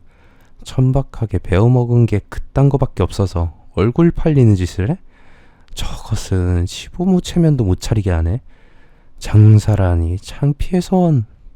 시아버지도 그런 것에 대해서 좋아하진 않으셨어요. 하지만 남편과 제가 그걸 진행하니 하루는 시어머니가 저를 부르시더군요. 너 그 가게 얻은 거 무슨 돈으로 얻었어? 내 아들 돈 가지고 장사하는 거 아니야? 생긴 것은 그렇게 안 생겨서 꽃뱀질이니? 어머니 꽃뱀이라뇨. 저 그이랑 결혼하고 살고 있는 어머니 며느리예요. 그리고 저 남편 돈 탐내거나 그러지도 않고요. 그래서 내 아들 돈 한 푼도 안 들어갔다 그 말이냐? 내가 다 알아보면 금방 알 수 있어. 그이가 도와주긴 했는데 그래도 제가 모은 돈으로 여는 거예요. 이게 못 빼먹은 거 티내나? 말대답을 해? 시어머니는 제게 손찌검을 하셨어요. 처음에는 시어머니에게 맞고 이게 무슨 일을 당한 건가 싶었습니다. 집에서도 한 번 맞고 크지 않았던 저였는데 시어머니에게 싸대기를 맞았다는 사실이 현실 같지 않았거든요. 어머니, 네 입에서 어머니라는 소리도 소름 끼친다. 내 아들 등쳐먹고 싶어서 지금 이런 식으로 구는 거 아니냐? 절대 아니에요. 아니에요. 제가 아무리 말해도 시어머니는 저를 믿을 수 없다며 저에게 싸붙였어요. 언젠가 내 재산까지도 탐내려 하겠지? 절대 안 된다. 죽어도 너한텐 못 줘. 내 아들이 너랑 이혼한다고 할 때 유산을 물려줘도 너가 있으면 이 전 재산을 세상에 기부하면 기부했지 줄 수 없다. 네, 대답하는 것부터 좀 봐. 어떻게든 방법은 있겠다 생각하겠지. 하지만 난 절대 네 게임에 놀아나지 않아. 알아두어. 시어머니는 저에게 당부 비슷한 협박을 하시고서는 나가셨어요. 어려운 시절을 벗어나서 이제 내가 꿈꿔오던 가게를 할 수 있었는데 왜 그렇게 제 모든 걸 안이 꽂게 보시는 건지 모르겠다는 생각에 수도꼭지를 튼 것 마냥 울었어요. 그치려고 해도 쉽사리 그쳐지지가 않아서 힘들었어요. 하지만 시집살이는 원래 이런 거다라는 생각을 하며 억지로 참았어요. 지금 이런 시련들이 나중에 분명히 더 좋은 일이 될 밑거름이라고 생각하면서 말이죠. 시부모님은 남편의 돈이 많이 들어간 줄 알고 화를 내셨지만 남편이 아니라는 것을 증거하니 그때부터 가게를 하는 것에 대해서 뭐라 하지 않으셨어요. 하지만 시어머니는 저에게 말을 하셨죠. 너 그 가게 한다고 설치면서 집안일을 만만하게 보면 알아서 해라. 네 본부는 바로 이 집안의 며느리야. 그깟 조그만 관계 생각하지 말고 집안일을 더 잘하라고. 그래, 아무리 네가 하고 싶은 일을 한다지만 나도 집안일 허술해하면서 가게를 하는 건 바라지 않는다. 가게 한다고 아이도 안 낳으려고 한다면 난 그때는 정말 반대할 거다. 시어머니와 시아버지는 짜고 이야기를 하는 듯이 말을 하더라고요. 가게를 준비하는 것 때문에 바빠도 저는 새벽부터 일어나서 집안일을 먼저 대청소를 다 해놓고 밥도 준비를 다 해놓았어요. 그랬더니 시어머니는 저를 어떻게든 괴롭혀야 했는데 제가 너무 잘해놓으니 시비를 걸래야 거실 수가 없었던 거겠죠. 시아버지는 별말이 없으셨지만 시어머니는 내심 가게 하는 것이 궁금하면서도 싫으신 듯 했어요. 네가 해봤자 얼마나 한다고 가게를 하겠다고 설쳐대니 그 가게 잘 되기나 하겠어? 저도 처음 하는 가게였기에 걱정은 됐지만 그래도 자신감은 있었어요. 여러 가게를 전전하면서 사장님들께 배웠던 것들도 있고 여기저기 많이 일을 하면서 서비스 정신도 있다고 생각을 했거든요. 남편도 제가 어떻게 일을 하는지 봤기에 가게를 해도 되겠다는 생각으로 해보라고 한 것이었습니다. 그냥 무작정 아무 생각 없이 하겠다는 생각은 아니었어요. 하지만 시어머니는 자기 자식의 돈이 날려먹지 않으면 다행이라는 생각을 하시면서 저를 우습게 보시곤 했죠. 그러다가 하루라도 늦게 일어나서 반찬을 못 해놓고 전날 해놓은 것을 꺼내놓으면 벼락같이 화를 내곤 하셨어요. 네가 밖으로 돌고 싶어서 집안일을 나 몰라라 하지.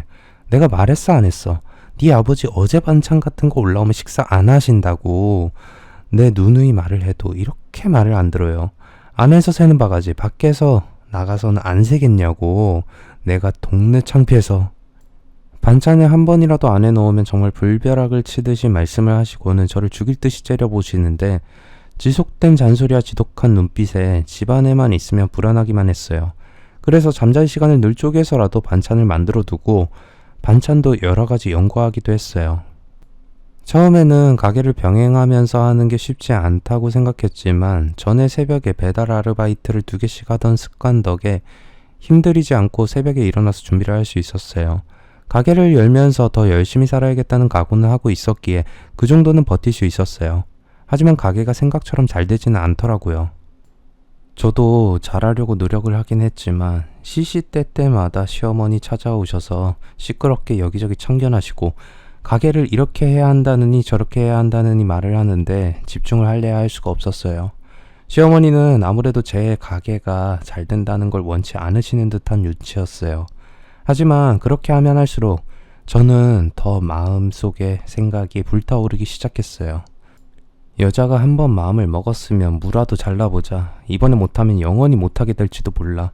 순탄히 흘러가는 인생보다는 누군가의 방해가 있을 때 사람들의 열정은 더 타오르듯이 저도 그랬어요. 시어머니가 방해놓는 것은 정말 싫었지만 그렇다고 해서 그 말에 휘둘려서는 안 된다고 생각을 했어요. 어머니, 저희 가게 잘 되라고 해주시는 건 고마운데 안 찾아오셨으면 좋겠어요. 제가 어머니 오시면 어머니 신경 쓰느라 가게를 신경 쓰기 어려워서요. 너 지금 내가 방해꾼이라는 소리를 하고 싶은 거니? 진짜 싸가지라고는 하나도 없는 년이네. 시어머니는 제가 아무리 좋게 말을 한다 해도 저를 곱게 여기시진 않으셨을 거예요.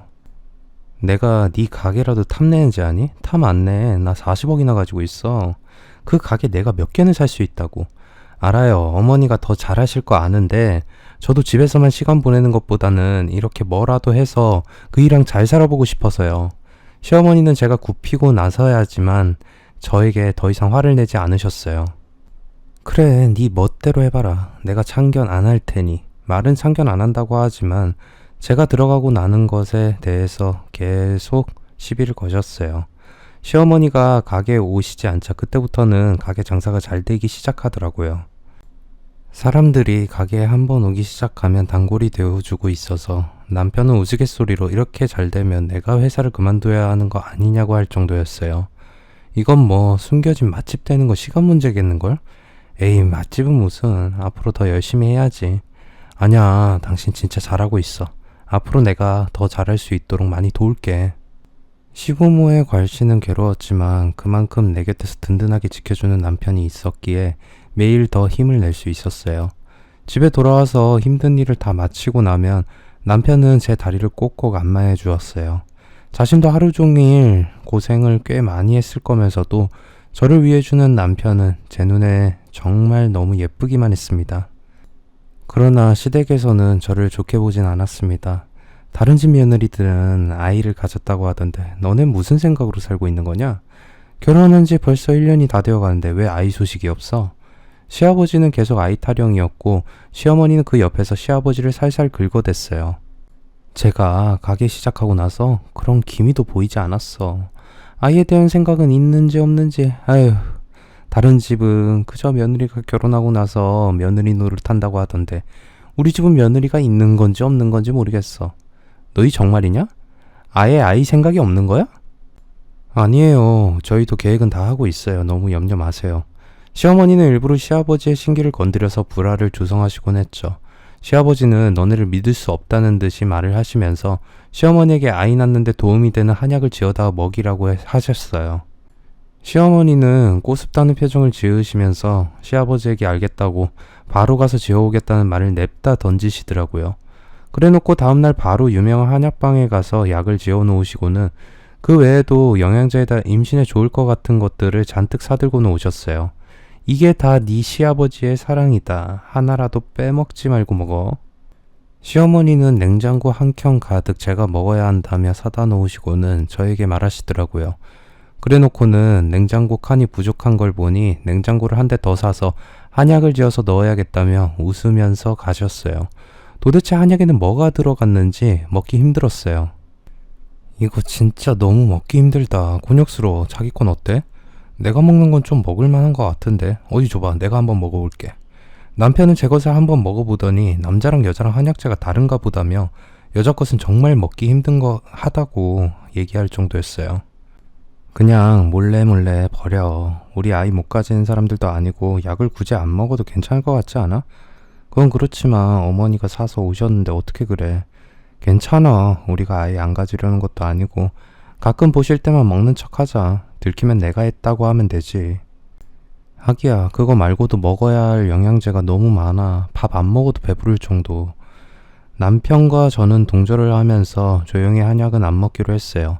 하지만 꼬리가 길면 밟힌다고 남편이 한약을 버릴 때 개수구에서 버리고서는 물을 안 흘렸는지 한약 냄새가 거기에서 났었나 봐요. 며칠 뒤에 제가 한약을 버리는 걸 조용히 숨어서 시어머니가 기다리고 있다가 발견하고는 제 어깨를 턱 잡으셨어요.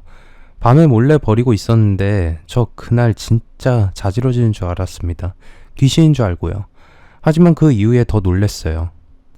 제 어깨를 돌린 시어머니는 바로 제 따귀를 또 때리셨어요.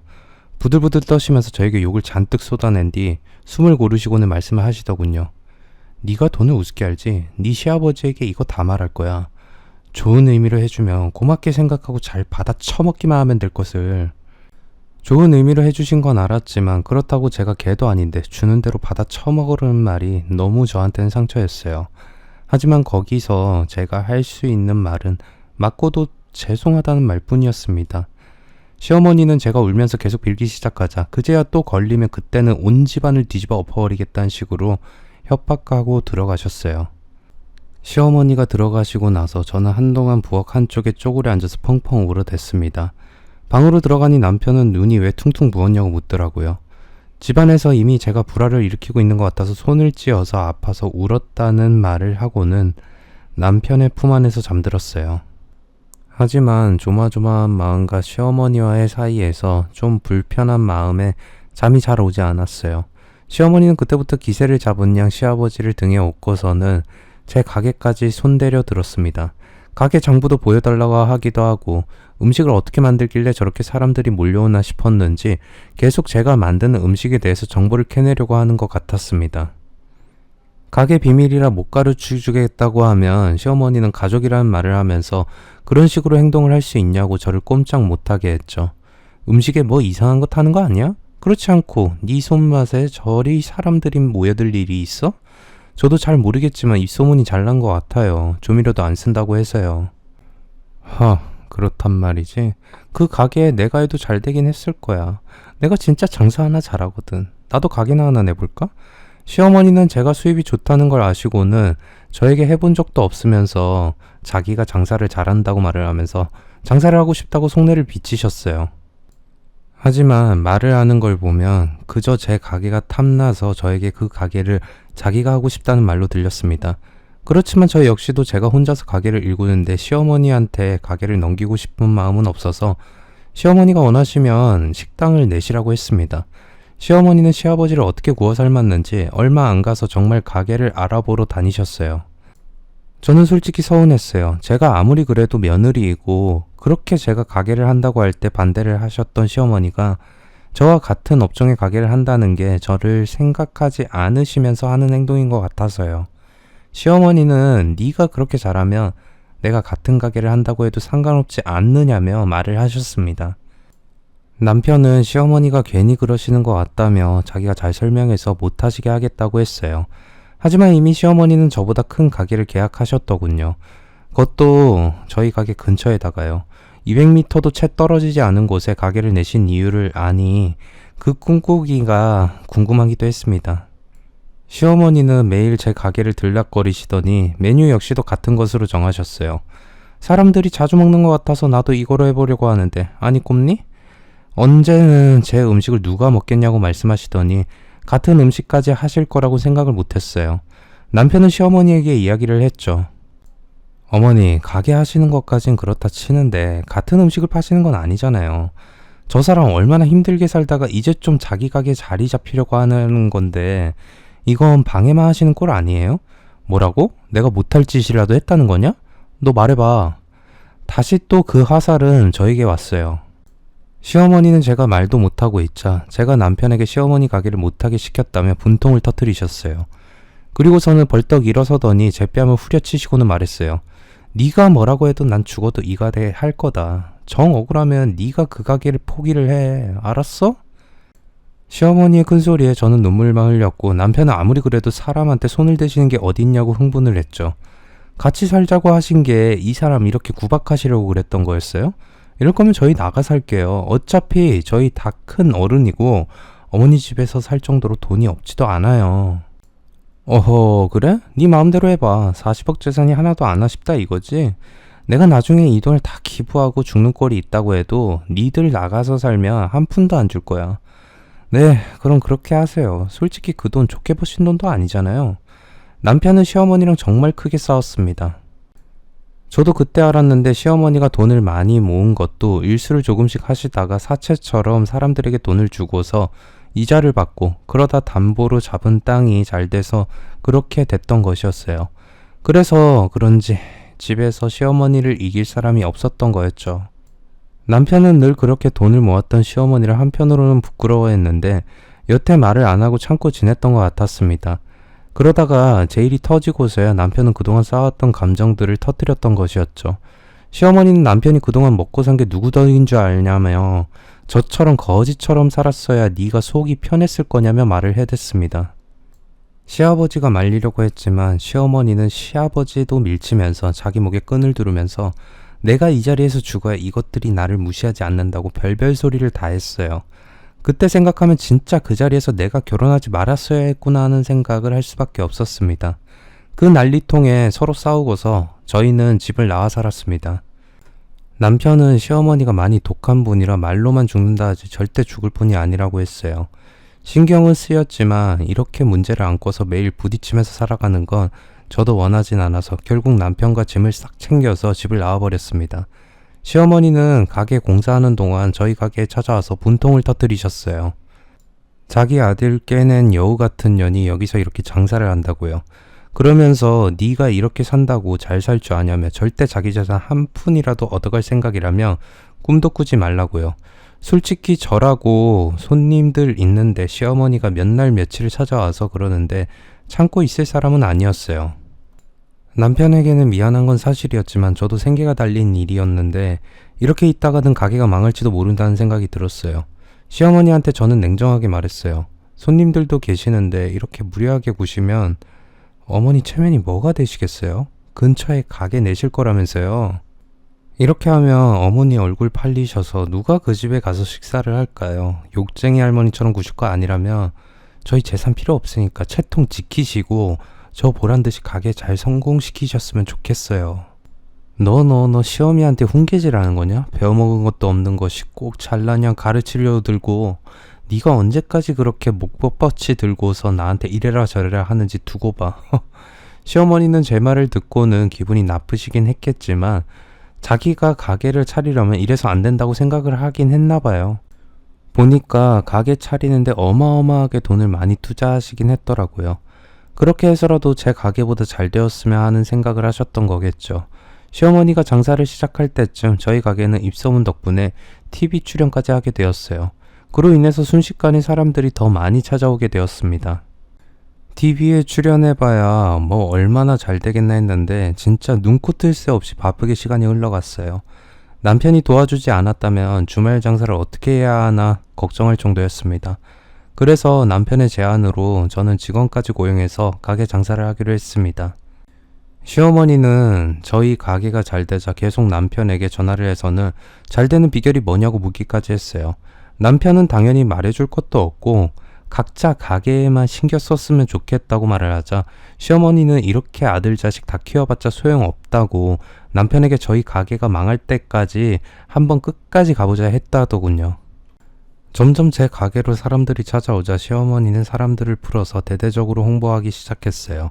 사람들은 잠시 시어머니 가게로 향하긴 했지만 저희와 메뉴가 같긴 했어도 맛 자체가 확연히 다르다 보니 저희 가게로 다시 오기 시작했어요. 시어머니는 그게 질투가 많이 났는지 계속 안 좋은 소문까지 내고 다니셨습니다. 우리 집 음식에서 머리카락이 나왔다는 말이나 음식에 조미료를 가득 치면서 안 친다고 하는 거짓말을 하고 다니신 거였어요. 저는 조리 방법을 방송에 소개했기 때문에 조미료를 사용하지 않는다는 것이 입증이 되었고 머리카락 역시 꼼꼼하게 머리를 위생모로 감싸고 있기 때문에 그렇게 들어갔다고 한들 옷에 붙어있던 것이나 손님의 머리카락일 것이라는 손님들의 이야기로 인해서 저희 가게에는 영향이 그리 있지 않았어요. 하지만 사람들은 그 이야기들이 시어머니의 가게로부터 견제적인 말이 나왔을 거라고 했어요. 시어머니는 계속 저보다 장사가 안 되자 저희 가게 직원까지 매수를 해갔더라고요. 갑자기 직원이 결근을 하고 안 나와서 곤란해하면서 혼자 힘들여가면서 일을 했어요. 나중에 시어머니 가게 근처를 지나가다 우연히 그 직원이 거기 있는 걸 보고 탄식이 나왔죠. 아무리 그래도 직원까지 돈을 더 줘가면서 빼돌릴 정도로 치사한 사람이었나 했는데 시어머니는 그런 거 생각 안 하는 치사한 사람이었다는 걸 그제야 정확히 알게 되었습니다. 이렇게까지 하셔서 저희 가게보다 잘 되고 싶은 이유가 뭐예요? 남편은 화가 나서 참지 않고 저를 데리고 시어머니의 가게로 달려가서 따졌어요. 남의 가게에 와서 이게 무슨 횡패야. 아, 직원이 이쪽으로 와서 화가 났나 보지? 원래 잘하는 사람이 있으면 스카우트 해오는 건 당연한 거 아니야? 너네 가게보다 이 가게가 낫다고 생각했으니 여기 온 거겠지. 그래요. 그렇다고 해서 저희 가게보다 앞설 수 있다고 생각하지 마세요. 저희도 저희 나름대로 열심히 하고 있으니까요. 직원 한 명이 없어도 상관없죠. 남편은 시어머니에게 잔뜩 쏘아붙이고서는 기분 나빠하며 가게로 돌아가자 했어요.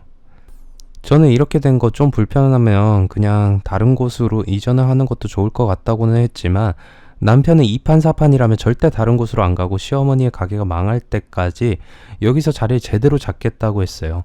처음에 시어머니가 저를 견제하면서 시작된 것 같았는데 남편이 더 화가 나는 바람에 남편과 시어머니의 싸움이 된 거였어요. 저는 계속 서로 싸움만 되다 보니까 그 싸움에 들어가고 싶지가 않았어요. 시어머니는 말 그대로 돈으로 가게를 치장하기에 나섰어요. 후식도 좋은 것으로 주려고 하시는 것 같았지만 사람들이 메인 음식이 그다지 맛이 있다고 생각을 안 해서인지 가게도 계속 적자가 나는 것 같았고요. 그러다 마침내는 시어머니가 아주 일을 치르시더군요. 장사가 잘 안 되니까 아예 이름을 저희 가게 이름으로 바꾸고는 앞에 원조라는 말만 써붙인 것이었어요. 사람들이 아주 헷갈리게 가게 이름을 고친 거였죠. 그때는 저도 좀 화가 났습니다. 아무리 그래도 가게 이름을 그렇게 비슷하게 하면 처음 알고 찾아오신 손님들 입장에선 그 집이 이 집인지 헷갈릴 수밖에 없을 거 아니겠어요.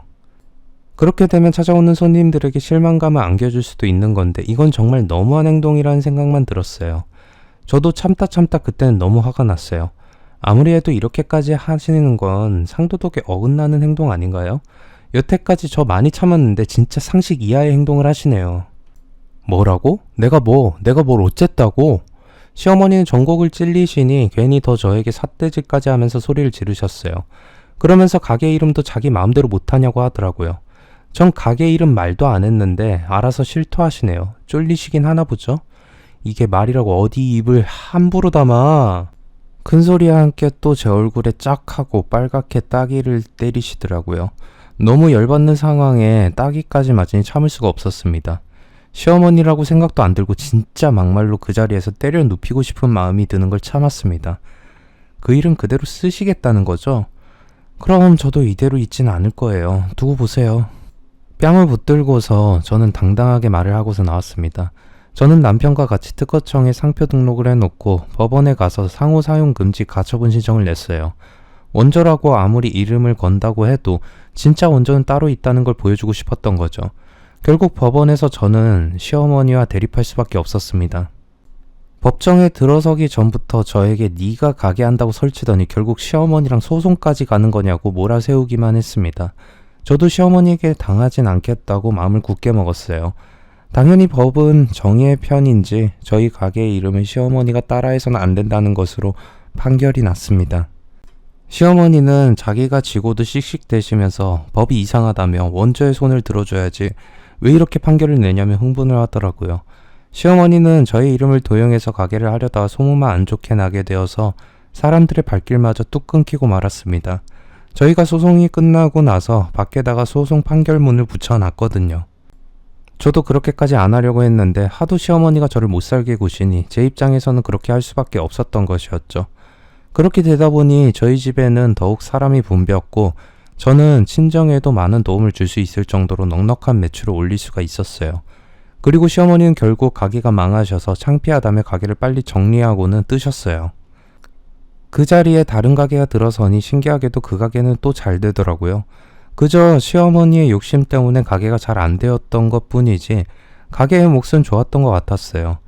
거기에서 돈 까먹은 것도 모자라 시어머니는 아는 분들끼리 좀 크게 들였던 게에서 개주가 돈을 가지고 튀는 바람에 큰 돈을 사기까지 맞으셨습니다. 그것 때문에 속상해서 거의 보름을 알아 누우셨다고 하더군요. 시아버지는 남편에게 연락해서 시어머니가 아프시니 와서 화해라도 하라고 말을 했지만 남편은 잘못은 시어머니가 했는데 왜 우리가 찾아가서 화해를 하자고 해야 하냐며 자기는 화해할 생각 없다고 확고한 마음을 전했다고 했어요. 시어머니는 자기 욕심에 아들내를 잃으시고 또 돈까지 잃은 불쌍한 사람이 되었죠. 남편에게 말이 안 통하자 시아버지는 저에게도 전화를 하셨습니다. 하지만 저도 물러서고 싶지는 않아서 시아버지에게 똑똑하게 전했습니다. 저 어머니한테 따귀도 많이 맞았어요. 손버릇이 많이 안 좋으시던데 저희랑 다시 잘 지내고 싶으시면 저한테 오셔서 직접 말로 사과하시라고 해주세요. 저는 그러지 않고는 다시 얼굴 볼 생각은 없습니다. 그간의 그이 때문에 참았는데 제가 그럴 필요는 없는 것 같아서요. 저희도 이제 먹고 살만하고 어머니랑 법정 소송까지 왔다 갔다 한 사이인데 어떻게 좋게만 보일 수 있겠어요. 저도 이제 제 속마음 숨기지 않고 살렵니다. 그래도 어른이 어떻게 먼저 가서 사과하겠니? 네 엄마 지금 많이 힘들어서 물 한 모금도 제대로 못 넘긴다. 그러니 너희가 자식된 도리로 찾아와서 먼저 잘 지내자고 손이라도 내밀어 봐. 도대체 자식된 도리라는 게 무엇인 걸까요? 자식된 도리로 아무리 부모님이 잘못하고 나에게 칼을 겨눠도 다 용서하고 아무렇지 않은 척 웃으면서 다 받아줘야 하는 걸까요? 무시라는 무시는 다 당하면서 살아온 시댁 생활이 저는 좋지만도 않았고 제 가게 하면서 지내는 나날들이 행복하기만 했는데 그것마저 시어머니가 막으려고 했던 건데 왜 제가 사과를 하고 좋게 풀어가기 위해 노력을 해야 하는 건지 도무지 모르겠더라고요. 그렇게 저에게 사과를 강요하는 시아버지를 보는 것도 저는 솔직히 야속하다 느껴졌습니다. 하지만 저도 당한 게 있지 그 집으로 제 발로 가고 싶지 않았습니다. 남편 역시도 제 마음을 먼저 존중해 주었고요. 저희가 몇 달이 지나도 찾아오지 않자 시어머니와 시아버지는 저희들의 가게로 찾아오셨어요. 찾아온 시부모님은 저를 보고 놀랄 수밖에 없었을 거예요. 당시 저는 첫째 아이를 임신하고 있었거든요. 시부모님은 제 배가 부른 것을 보고는 깜짝 놀라서 임신한 거냐 물으셨고 남편은 맞다고 답을 했어요. 아이 핑계로 시댁에 얼굴을 들이밀 수도 있었겠지만 제가 잘못한 것도 아니었고 아이를 가진 상태로 시부모님 보고 스트레스를 받고 싶지 않았기에 아예 소식조차 알리지 않았던 것이었습니다. 남편은 빨리 찾아오신 이유를 말씀하시고 돌아가 주셨으면 좋겠다고 이야기를 했어요. 아이를 가진 것을 본 시아버지는 시어머니에게 빨리 할 말 전하라고 여기까지 왔으면 뭐라도 말을 하고 가야 할 거 아니냐고 이야기를 하셨습니다. 시어머니는 얼굴이 벌개지셔서 우물쭈물 하셨어요. 저희는 가게도 바쁘고 해야 할 일도 많으니 이야기하실 거 아니면 빨리 돌아가라는 식으로 말을 했습니다. 시어머니는 눈을 질끈 감으시고는 저에게 큰 소리로 사과를 하시더군요. 내가 생각이 짧았어. 그래, 못 베어먹은 네가 우리 집에 들어와서 내 아들 데리고 나간 것도 싫었고 가게 한답시고 설쳐대는 것도 안 입고 왔어. 그리고 그 가게가 잘 되니까 배 아파서 그랬어. 네, 그래서요? 말은 많으신데 사과 한마디도 안 하시는 것 같아서 저는 다음 말을 하라고 했고 시어머니는 당황해서 조그맣게 그래서 미안하다고 말씀을 하셨어요. 저는 일단 찾아오셔서 말씀하시는 것에 대해서는 잘 생각해 보겠다고 하고 돌아가시라고 했습니다. 오래된 응어리라는 게 풀리려면 정말 오래 걸리잖아요. 저도 그 사과 한마디에 싹 제 마음이 풀렸으면 좋겠다고 생각했지만 사실 그렇게 풀리진 않더라고요. 슬프기도 하고 사과 받은 것에 대해서 한편으로는 이게 사과라는 생각도 들지 않았어요. 시아버지는 남이면 안 보고 살아도 되겠지만 그래도 가족인데 이렇게 사는 건 사람으로 못할 짓 하게 만드는 거라고 하시더라고요. 하지만 제 입장에서는 시어머니가 먼저 저지른 일이고 며느리인이 다 이해하고 넘어가야 한다는 건 용납이 안 됐어요. 남편도 시부모님이 아무리 그런다고 해도 용서하고 싶지 않으면 용서하지 않아도 된다고 했고요. 저는 남편에게도 제 마음이 풀릴 때까지는 연락하고 싶지 않다고 말을 했습니다. 남편은 다행히 저의 편을 들어주었어요. 보통 자기 시댁 식구들 챙기느라 아내를 챙기지 않는다는 남편들이 많았는데 아마 저는 그랬다면 남편을 많이 미워했을지도 모릅니다. 남편은 제가 임신하고 있는 기간 동안 제가 신경 쓰지 않도록 시부모님과의 연락도 하지 않게 도와주었어요. 소중한 우리 아이를 가졌는데 스트레스 받게 할 수 없지. 자기의 마음을 불편하게 하는 건 다 말해. 내가 다 알아서 처리할게. 남편은 든든하게 저를 보호해주는 남자였습니다. 시부모님은 어떻게든 아이가 태어나면 보고 싶어서 그 전에 안 좋은 응어리를 풀고 싶었던 것 같았어요. 시부모님은 지난 일은 이제 다 끝났고 우리가 아예 가게를 절대 하지 않을 테니 그만 용서해 달라고 하며 집에 아기 옷, 침대, 기저귀, 분유 등등 필요한 것들을 다 사다가 집 앞에 두고 가셨어요. 저희는 그러실 필요 없다고는 했지만 시부모님은 여전히 계속 아기를 보고 싶은 마음만 비추고 있으셨죠. 저는 좀 불편해서 이야기를 했습니다. 지금은 때가 아닌 것 같다고요. 사람이라는 것이 참 이상한 게 정말 되게 원수 같은 사이였는데도 계속 연락 오고 찾아오니 마음이 점점 풀어지고 있었어요. 그리고 나 때문에 왠지 남편이 가족과 사이도 멀어지게 된 것 같아서 한편으로는 무거운 마음도 가지고 있긴 했거든요. 아이를 낳고 나서야 저는 남편에게 말을 했어요. 나는 이제 좀 괜찮으니까 만약 시부모님과 화해를 하고 싶다면 화해를 해도 좋다고 말했어요. 남편은 진짜 마음이 풀린 게 맞냐고 말을 했어요. 사실 다 풀린 건 아니었지만 언제까지고 이렇게 있을 일은 아니라는 생각이 들어서 저도 생각을 가지고서 이야기를 한 거였죠. 오랜만에 다 모인 자리는 상당히 불편하고 어색한 기류가 감돌았습니다. 오늘 이렇게 오긴 왔지만 손주 얼굴이나 보여드리려고 했던 거였어요. 저희랑 정말 잘 지내고 싶으세요? 당연하지. 그간 너무 미안했다. 이렇게 찾아와서 아이 얼굴을 보여주니 미안하기도 하고 고맙기도 하구나. 그럼 저희 이대로 분가한 채로 살게요. 그리고 다시는 제 몸에 손댈 생각 마시고요. 저도 여기 쉽게 온 거 아닌 만큼 앞으로 살면서 힘든 일이 있게 되면 저도 제 감정이나 마음도 다 표출할 거고요. 저희에게 또 무례하게 하시면 저희는 그때 다시는 안 보고 살아도 괜찮아요. 이도 제 의견에 동의하는 바이니까 그렇게 하시겠다고 하면 예전처럼 지내보려고요. 시어머니랑 시아버지는 내심 좋아하시면서도 크게 티를 안 내시면서 말하셨어요. 그래, 우리 앞으로 잘해보자. 나도 좋은 시어머니 그리고 할머니가 되려고 노력해보마. 시어머니는 부끄러운 듯 아기만 바라보시면서 한번 안아봐도 되겠냐고 물었어요. 이후에는 떨어져서 잘 지내고 있어요. 시어머니와 시아버지는 아기가 얼마나 보고 싶으신지 들어와서 살면 안 되겠냐고 묻기도 하셨지만 그건 남편이 한사코 반대를 했어요. 아기가 보고 싶으시면 자주 오셔서 보는 건 환영이지만 서로를 위해서 우리는 떨어져서 사는 게 가장 좋은 것 같다고요. 시자는 시자라고 친하게 지낼 수는 있지만 너무 가깝게 지내는 건 아니라는 게 제 생각이에요. 뒤늦게 가족이 되어서 정말 마음이 잘 맞게 살아볼 수도 있는 거지만 남으로 살아오던 사람이 됐든 가족으로 들어왔을 때 그 기분이 썩 좋지 않을 수도 있다는 걸 저도 알긴 알아요. 게다가 시어머니의 기준에 맞지 않는 며느리였기에 얼마나 속상한 마음이 컸을까 싶기도 하고요. 하지만 그렇게 무조건 싫다고 우격다짐으로 힘들게 만들지 말고 이왕 가족이 되었으면 일단은 맞춰보려 노력해야 하고 함께 잘 살면 또 다른 행복이 찾아올지 모른다고 생각해요. 저는 최근까지도 계속 가게를 운영하고 있고 가끔 제가 운영하고 있는 가게에 와서 시아버지와 시어머니가 도와주시기도 하고 또 친구분들 모임이 있으시다고 하면 무조건 저희 가게에서 모임을 하시곤 한답니다. 처음에는 가게 한다고 창피해하시던 분들이 맞나 싶을 정도로 저희 가게를 맹렬히 홍보해 주시는 것이 바로 저희 시부모님이세요. 그 사이 둘째까지 생겨서 아이 둘을 기르는 엄마가 되었고 제 남편은 여전히 아내 바보, 자식 바보로 열심히 살아가고 있습니다. 시어머니는 자기가 가진 재산을 모조리 다 우리에게 물려줄 테니 너무 힘들게 살지 말라는 말도 하시곤 해요. 이제 노년에 접어들었다면서 가게를 잠시 쉬고 같이 여행도 다니고 그러면 얼마나 좋냐고 말을 하시기도 했어요. 저희도 가족이 이제 커졌으니 같이 여행도 다니곤 하지만 가게가 가면 갈수록 더 바빠지고 있어서 요새는 여행보다는 가게를 확장하는 것에 대해서 많은 고민을 하고 있어요. 시어머니가 도와주시겠다고는 하시지만 저는 제 힘으로 어떻게든 더 크게 가게를 키워서 운영하고 싶어요. 누군가의 도움으로 일어서는 건 제 타입은 아닌 것 같아서요. 물론 이런저러한 영향으로 타격을 안 받은 건 아니지만 경영적으로 일가견이 있는 남편과 이래저래 같이 이야기도 많이 하면서 해결을 해나가고 있습니다. 힘들기도 하지만 힘든 고비를 넘길 때의 느낌이 인생에서 정말 좋은 성취감과 자극을 주곤 하더라고요. 어떻게 보면 잘 해결이 되었다곤 하지만 인생이 참 살고 싶은 대로 사라지는 건 아닌 것 같아요. 그래도 잘 헤쳐나가고 믿을 만한 가족이 하나라도 있으면 모양새는 다르더라도 좋게 살아갈 수는 있더라고요.